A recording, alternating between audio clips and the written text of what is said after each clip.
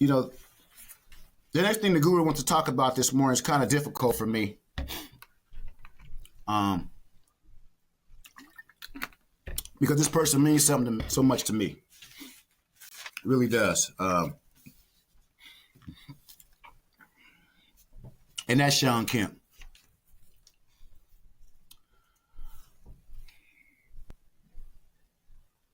First of all, I love Shawn Kemp. I love his family. His son played with my son, Jamar Kemp played with my son, CJ Ellaby. Played against each other in high school. He went to Garfield. Ended up playing Division I basketball. I love his wife, Marvina Thomas Kemp. She's from Seattle. I grew up with Marvina, playing basketball in the neighborhood, and also with her brother, Jason Thomas, who ended up going to O'Day High School. Ended up playing. Sure, he played college basketball, and he played some college football at Wazoo.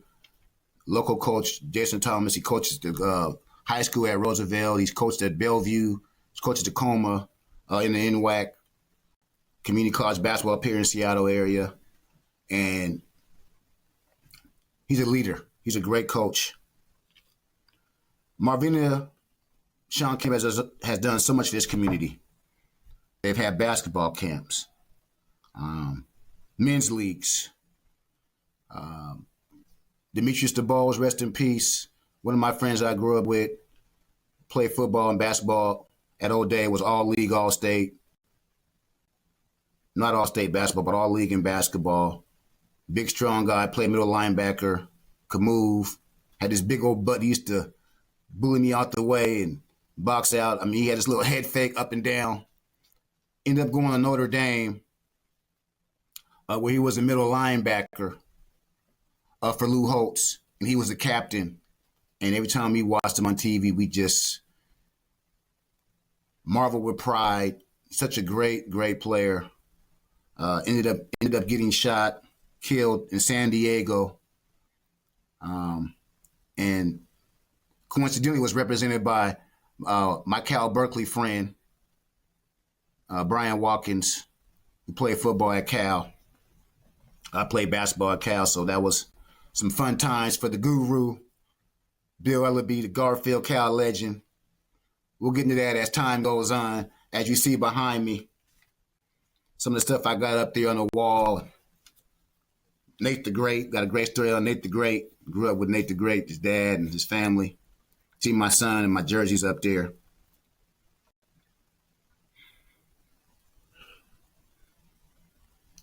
So I love the Kemp family. But this is what happened with Shawn Kemp. Shawn Kemp, 55 years old. Okay, we all know Shawn Kemp. Him and Gary Payton was the greatest duo to ever play for Seattle Sonics, period. They went to the finals in 1996. They lost to Michael Jordan and Scottie Pippen 4-2. Gary Payton would throw that ball up in the air. Shawn Kemp would come grab that ball, dunk it. Kevin Calabro, get on that magic carpet and ride. That was one of the most special times in Seattle basketball in 96. Downtown was cracking. The bars were full. The men was out there looking dapper. The ladies had their nice, beautiful gowns on. The drinks was flowing. The fish and chips, land of Ivers, land of Benihana's, 13 coins, waterfront views, crab, milk pots. Everything was flowing.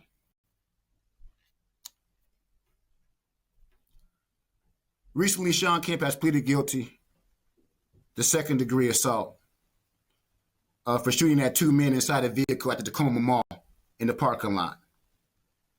Initially, he was charged for a first-degree assault. Kemp's attorneys explained this, that Kemp's truck was broken into on March 8, 2023, at his dispensary, at his marijuana dispensary. He and other employees were doing some stuff there, some work there that day. Shawn Kemp's jersey and Gary Payton's jersey and his cell phone was taken out the car. Was thrown out of his car. So Shawn Kemp decided to get a phone tracking app to find these thieves who would go back in his car and take his stuff. So he tracked these guys to the Tacoma Mall, and they were driving a 4Runner. What was reported was a man in the back seat shot at Kemp with a handgun, and Shawn Kemp returned fire. The 4Runner fled. The police found an abandoned vehicle, and there was a holster in there, but there was no gun in the car. As part of the plea deal, Shawn Kemp cannot possess a firearm. In addition, they proposed a 9-month sentence. He would do a year of community service, pay restitution. His attorney, and I quote, one of his attorneys, Aaron Kevit, I quote, his plan, talking about Shawn Kemp, his plan is to tell the community about the dangers of gun violence, really to be a positive influence on the youth.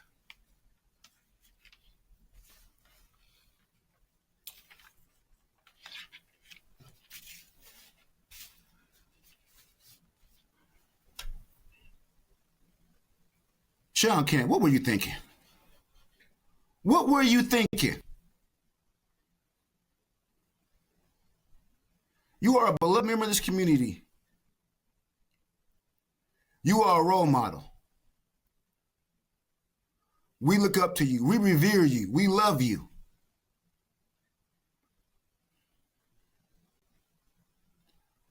We realize people make mistakes. But this is not your first one, Shawn Kemp. You've had possession of marijuana. You've had possession of cocaine. You've had possession of a pistol.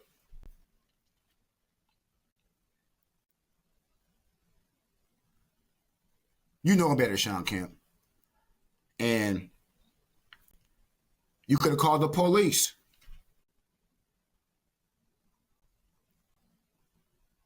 Bro, what if you would have hit somebody? What if kids or people walking by and you would have shot them and hit somebody? Then what would we be talking about here? See, because most people, when they do what you did, Shawn Kemp, they would be under the jail, especially as a black man in America. You know, Charles Barkley said he's not a role model. He is a role model. But what Charles Barkley was really trying to say, if you read between the lines, what Shawn Kemp was really trying to say was, your role model should be your teacher. Your role model should be your parents. It should be your basketball coach. It should be your pastor at your church. Because that's what we need. To go to church, Shawn Kemp. That's what we need. And go pray. But let's be real. This is Shawn Kemp not maturing. We've had all these years of watching you and your greatness. He's a 6-time NBA All-Star and future Hall of Famer to me. And when the Sonics come back, I hope they come back. We're going to retire his jersey up there with Gary Payton. A friend of mine, well, one of my rivals, I played against him in college, so Gary's going to be like, nah, Bill, nah, dollar bill. Love me some Gary Payton from Oakland. But I want to go to a bigger issue here. See, we can take the kid out the ghetto, but not the ghetto out the kid. The pressure in the community, in the black community, is at an all-time high. And when we grew up in the black community, as I did, and we play sports, and we try to get a way out, there's so many obstacles in our way. We got weed. We got alcohol. We got drugs. We got gang violence. And a lot of these athletes, including myself, we grew up in the neighborhood and were traumatized. You might come from a single parent like me until my stepdad came into my life when I was 10, 11. We got anger issues. We got mental health issues. And we get these substance abuse problems to deal with it and ease this pain that we're experiencing because we never really got a chance to address our issues. And so now we see all the mental health stuff, you know, because in my day, hey, I don't care how many problems you got, boy, you get your butt to school, but get your butt in that court. But then we had my grandparents say, get your butt to church, or you got to go to church.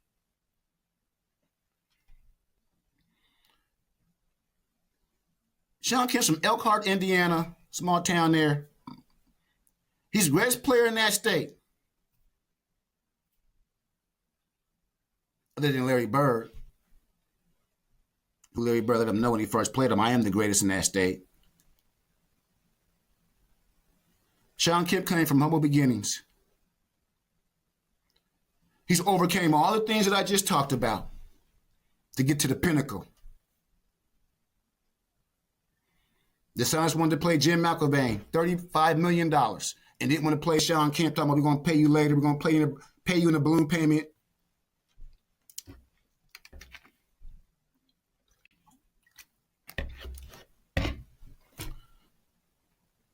When Shawn Kemp got out of town, I think that's when his problems began. He wanted the money. And they gave Shawn Kemp the money. They backed that brink truck up.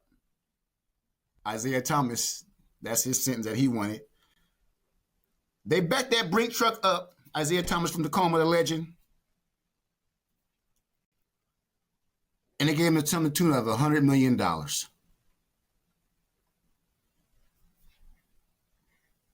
What do you think happened?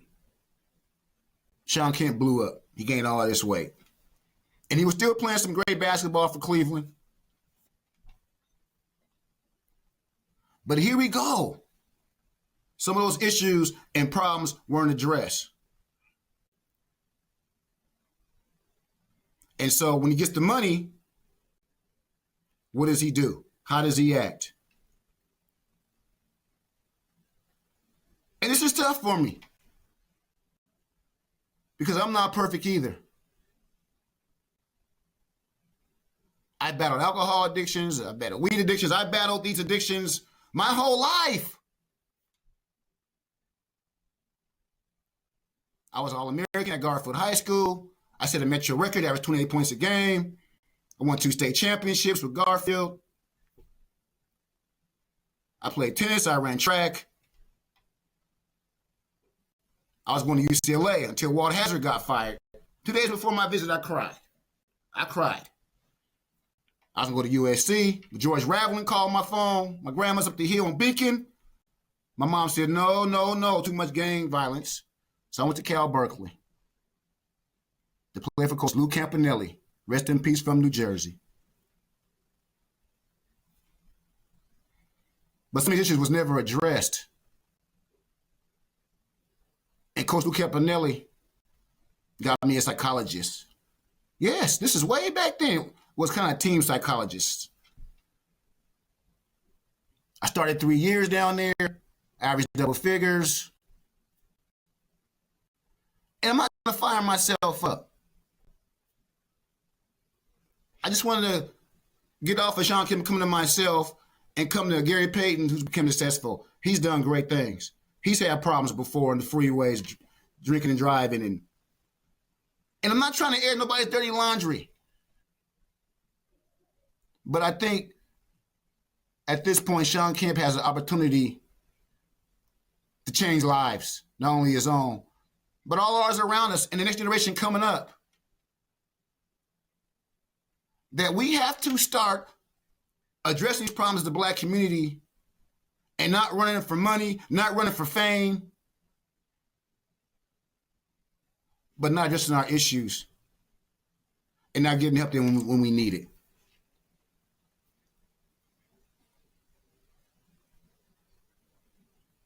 I seen Shawn Kemp.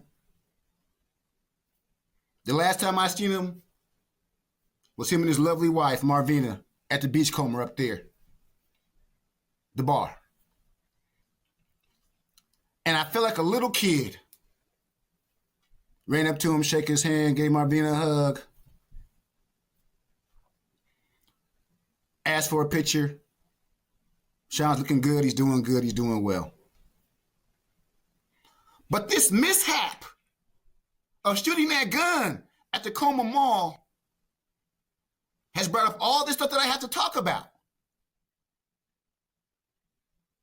One bad decision can ruin a man's life, can ruin a man's reputation.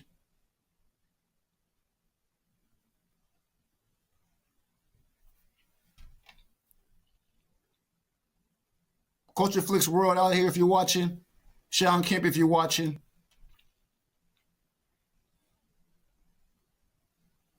What were you thinking about? Because we have to do better.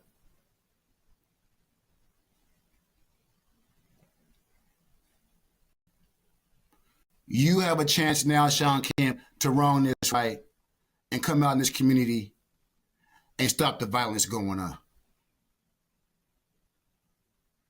We have kids in this community in Seattle right now getting shot left and right. The Rainier Beach Safeway was shot up. We had a kid from the West Side who I know, because I teach over there in West Seattle. He got shot at the Hookah Lounge.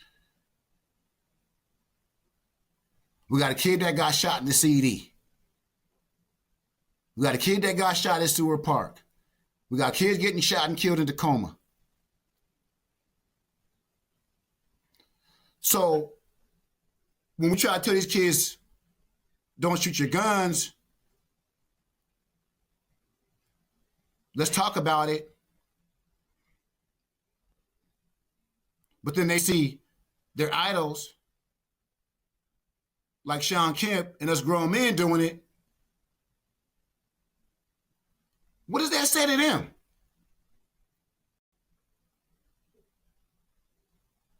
And I hate being on here and some blacks will say I'm airing our dirty laundry. No, I'm not. Because guess what? It's already out here. It's staring me in the face every day I go out this door and drive down Rainier Avenue.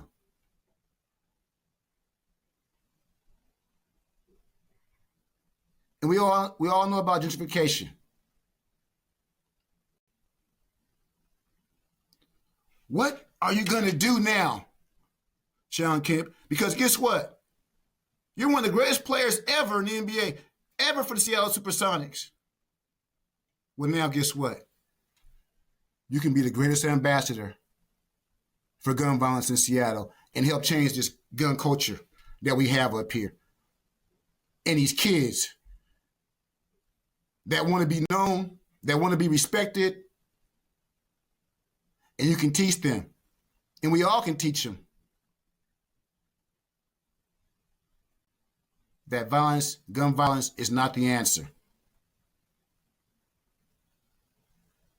You can only end up in jail or dead. Or you can hurt somebody.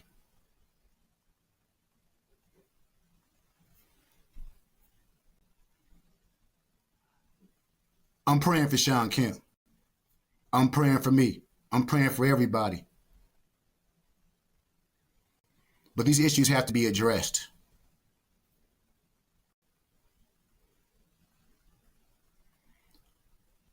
To my friends out there, you know I love you. But I got to tell you something.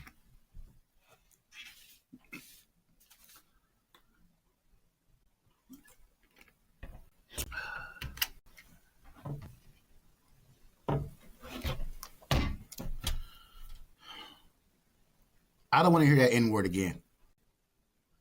I don't want to hear nothing about It's an A at the end of it. It's not a hard ER. I don't want to hear that word again. I don't. What that word signifies to me is stay in your place. You a slave. You ain't shit. You ain't never gonna be shit. Keep working for somebody. Keep doing bad. Let's be cool. Let me put on my gold chains and my earrings. Let me get me a nice car and some rims. Let me get some beats. And I'm not stereotyping. I'm being real. I'm talking about us now and how we're acting. Well, white folks are using the word. Asians is using the word. Samoans using the word. We ain't talking about that. We're talking about changing the culture and how we respect ourselves and how we respect each other. And that N-word ain't showing no respect. And in fact, in some parts of the world, in the United States, you say that N-word in front of black people, you're gonna get your head knocked off. And we become so friendly with that word that it's part of our vocabulary. It's natural. And it should not be that natural. It's not a good word.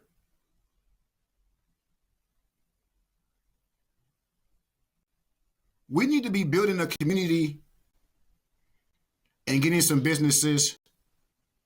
And we know about gentrification. Is that going to be the end of our story? Are we going to get out this rabbit hole of gang violence, of drugs, of alcohol,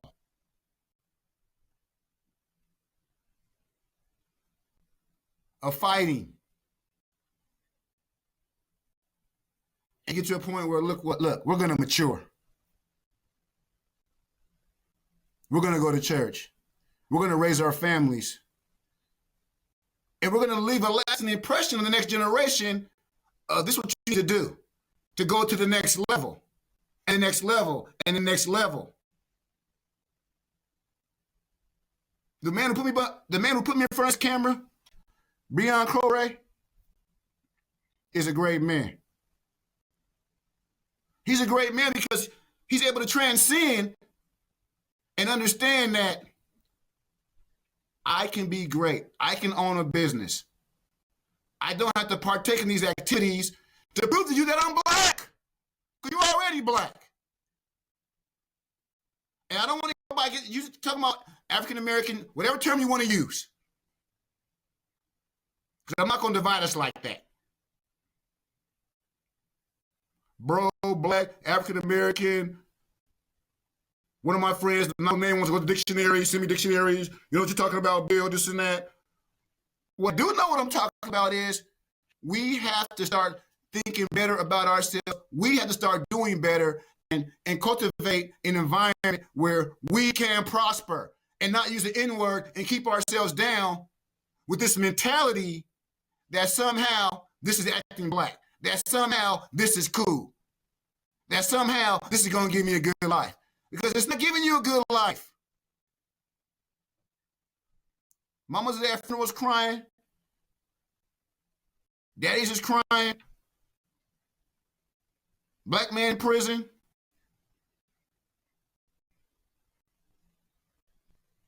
Our babies are smoking, they vaping at the middle schools, the high schools.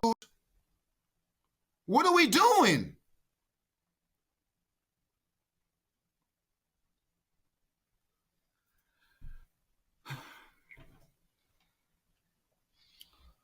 I want to implore Shawn Kemp one last time. Take this opportunity to make some changes. And I love you, Shawn Kemp. I love the family. And I intend to talk this long. But I think he has the opportunity now to go from being a Hall of Fame basketball player, because he will be in the NBA Hall of Fame one day. Trust my words on that. He will. He's going to get there. And he's going to get there after he does what I'm talking about. And when that media comes up here and sees what Shawn Kemp is doing in his community, when his gun violence is dropping down, when the gun sales is dropping down, when the black community is doing better, and Shawn Kemp is in the forefront. In the NBA, Commissioner Adam Silver is going to be like, yeah, the story of redemption. And I would love to have Shawn Kemp on the show to tell his side,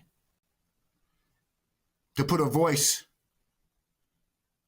to what the guru's talking about for himself, and use the Culture Flicks platform, this black-owned station, Culture Flicks, not Netflix. Because when I started the show, I don't know, my mind came to Netflix because we're so brainwashed not to have our own. And so, Culture Flicks, black-owned by Breon Corbray. So proud of that brother, man. I'm so inspired by him. And Shawn Kemp comes on here. We talk, we hug, we cry. Because it's time. Because if we don't make this change in the black community, who will make it?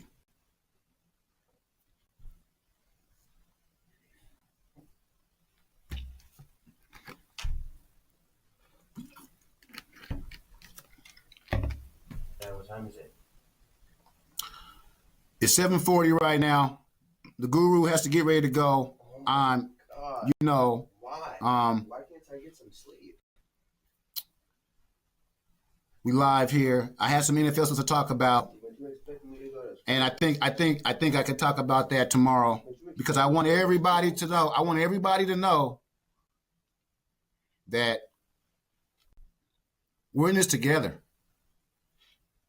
everybody? and we have to stop using those N words and those terms to put each other down when we're thinking we're uplifting each other and we think we're building something, and the foundation is not solid at all. It's not built on love. It's not built on respect. It's not built on God.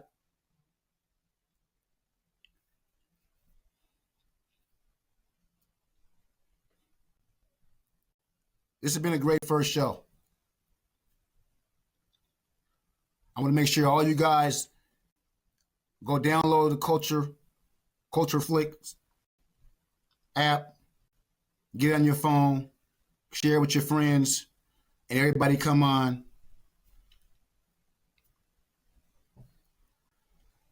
Because, folks, we got to support black-owned businesses. We got to support each other. And we got to make a difference. We got to make a difference. Tomorrow I'll be on from 6 to 7. We had a lot of technical difficulties, stuff going on with that.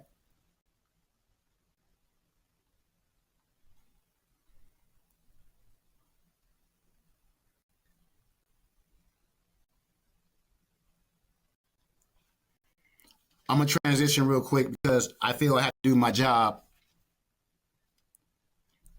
The Seattle Storm won last night, Seattle. They beat the Minnesota Lynx 94-84. Ended the Lynx undefeated season. They were 9-0. A great game by Skylar Diggins, by Gabby Williams, Awu McKay. Great game for them. Gabby Williams will be coming on Culture Flicks. I knew her dad, rest in peace. He played for Nevada Reno. His name is Matt Williams. Ran the biggest tournament in Nevada history, all under one roof. All my kids played in it.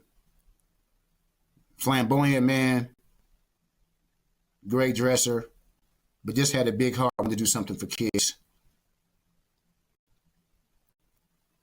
That's what I want Shawn Kemp to think about.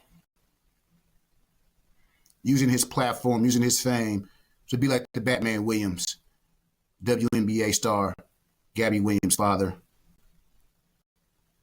and make a difference for kids. So let's go support the WNBA, the Seattle Storm. Let's support these professional athletes, these women who are so special and pioneers in this basketball world, making a difference in our community. I want to thank everybody for tuning in this morning. Guru loves you. I'm blessed to be living this dream. And I want all you guys to be great out here. I don't care what race you or color you are. Because at the end of the day, we're a village, we're a team. The Guru's out.